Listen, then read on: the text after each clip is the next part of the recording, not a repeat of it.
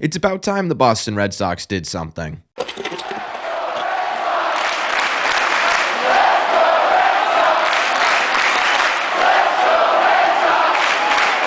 What is going on, everybody? Welcome back to Red Sox Radio. My name is Corbin, and when Tristan Casas went down last week, and after we learned that he's going to be out for a pretty long period of time here, there was a massive hole left on the infield for the Boston Red Sox. Now, Bobby Dahlbeck did his best to cover up that hole defensively, and he did do a pretty good job, but offensively, Bobby Dahlbeck might have honestly made that hole a little bit bigger with the way that he was hitting. For a couple of days now, we've been begging the Boston Red Sox to go outside of the organization, take advantage of an opportunity, and help this team get to a better place, and that's exactly what they did. It sounds like they finally listened to us. So what we are going to do in today's video is we're going to break this trade down a little bit. We are going to talk about who got acquired, how they got acquired, and what their impact on the 2024 Red Sox is going to look like. But before we get into that, do me a favor. If you haven't already, make sure you guys have hit that subscribe button. We talk Red Sox content almost every single day. Also, make sure you guys have hit the like button on this video as well. Just helps these videos out a ton, and it would mean a lot to me.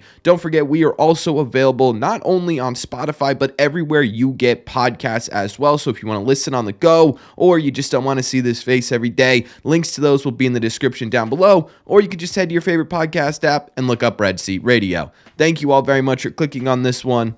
Let's get into it.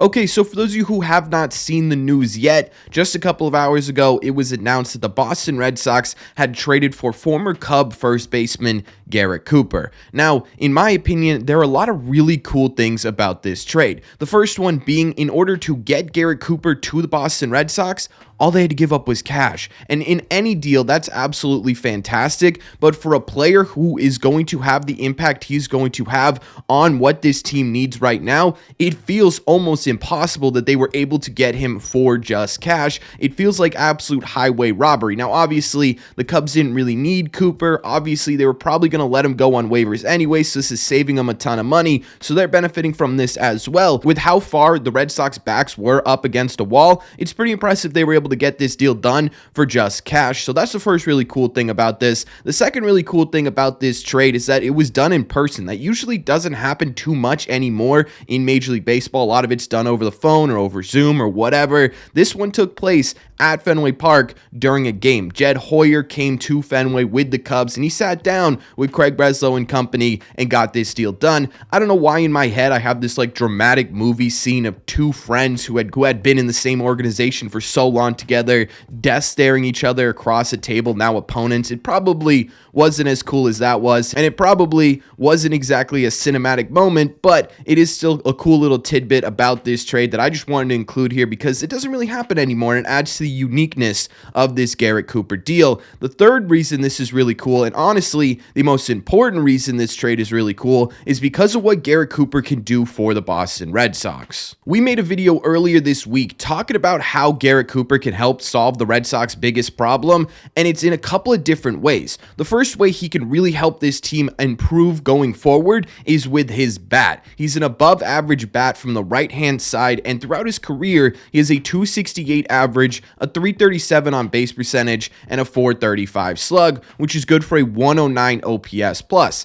This really helps lengthen this lineup up a bit that really feels like it just dies after getting through its six man in this lineup right now, right? Because you look at yesterday's lineup and the top six guys in it had positive averages, were being productive at the plate, but the bottom three guys of this lineup had below a 200 average, and some of them, really Bobby Dahlbeck, had a below 100 average, right? There was just no production coming from the bottom half of this order, and with Garrett Cooper in the mix now, you're going to be able to bump guys down or even put him towards the bottom of this lineup and get some production from that piece. We talked about it in yesterday's video as well. The Red Sox weren't clutch in the Guardians series, and a lot of that had to do with the fact the top guys of this order were getting on base, and the bottom guys just weren't able to drive them in. Garrett Cooper might not completely transform this offense, but it's going to help lengthen it and get these guys across the plate just a little bit more, and that's going to be really important. The other thing too is that Garrett Cooper can go yard a bit. He's not exactly a super slugger or anything,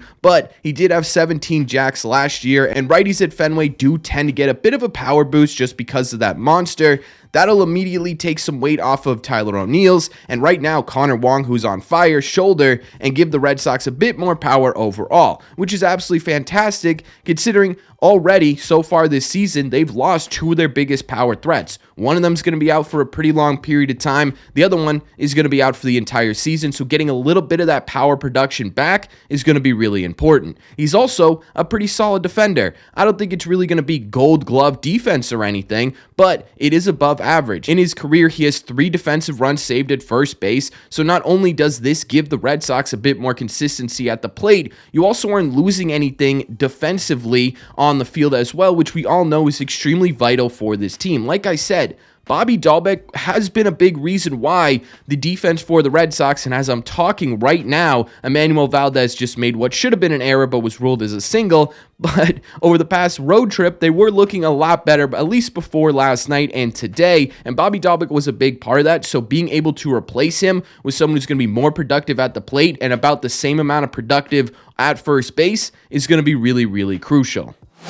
There is one more thing that I find really awesome about what the Red Sox did in this trade right here, and it's that it's showing that the Red Sox front office, specifically Craig Breslow, isn't afraid to go out there, take advantage of an opportunity that was knocking on their doorstep, and improve a part of this team that desperately needed it midway through the season. It felt like for a little bit, especially at the beginning of the year where we were watching injury after injury, and we were saying, oh man, I wonder if there's anything this front office can do to supplement these losses. For a while, it felt like this front office was just saying, oh man, that really sucks. Well, good luck. We'll see you in 2025, right? It felt like they were complacent watching this team go down and try to force some of this depth to be an everyday player. And there's still a lot of that going on the Red Sox, don't get me wrong, but this is a little bit of glimmer of hope. This is a breath of fresh air is what it is. And what it most importantly does, in my opinion, is it shows that this front office specifically is at least a little bit more committed to this team being successful than we've been originally thinking. For a long time now, really,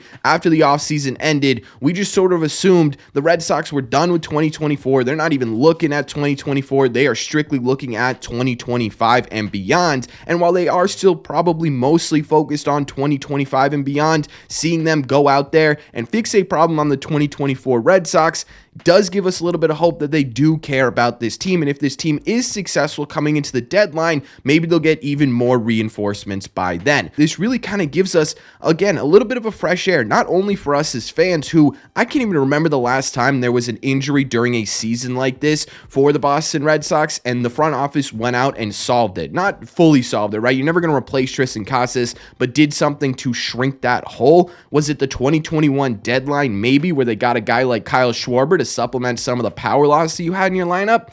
Maybe, right? Even then, that's still a little questionable. I can't really remember. 2022, probably not. 23, all you got was Luis Urias, so no, not there either. It's been a little bit since the Red Sox did something like this, and it's a breath of fresh air for us, but as players too, it's got to be a breath of fresh air for them as well. All they've seen this season is guys continuously go down, go down, go down. They've had to have this sort of next man up mentality, and then they're sitting there and they're saying, okay, yeah, great, but what about your part in all of this? You can help this team and you haven't. Now they've helped the team. Hopefully it gives them a little jolt of life. Hopefully it allows them to say, yeah, okay, my employer cares about what we're doing right now, right here. It could give them a little bit of spark, and I absolutely love that about this deal as well. There are a lot of things to really like here. Again, this deal to me is sort of the perfect match for the Red Sox. We knew it was a perfect match before they made this trade, and after they made this trade, especially for cash considerations, is a really, really awesome deal. I absolutely think the Boston Red Sox won this trade. Now,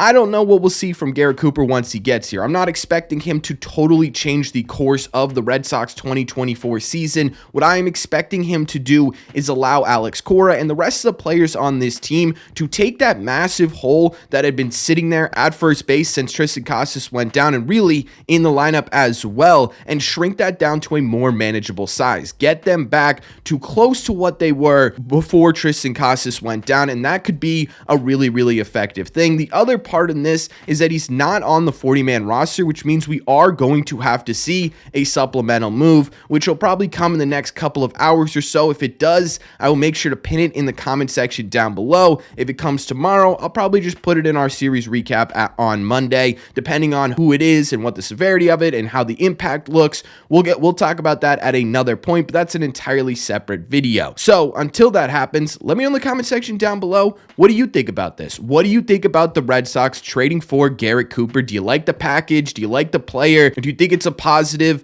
Are you agreeing with me about all sort of the cool, unique parts of this trade? And does this give you hope for who the Red Sox could be? Let me know all your thoughts on the latest Red Sox trade in the comment section down below. As always, if you made it to the end of this video, do me a favor. Make sure you guys have hit that subscribe button if you haven't already. If you're new here, we talk Red Sox content almost every single day. Also, make sure you guys have hit the like button on this video as well. Just helps these videos out a ton, and it would mean a lot to me. Thank you all very much for clicking on this one, and I will see you in the red seats.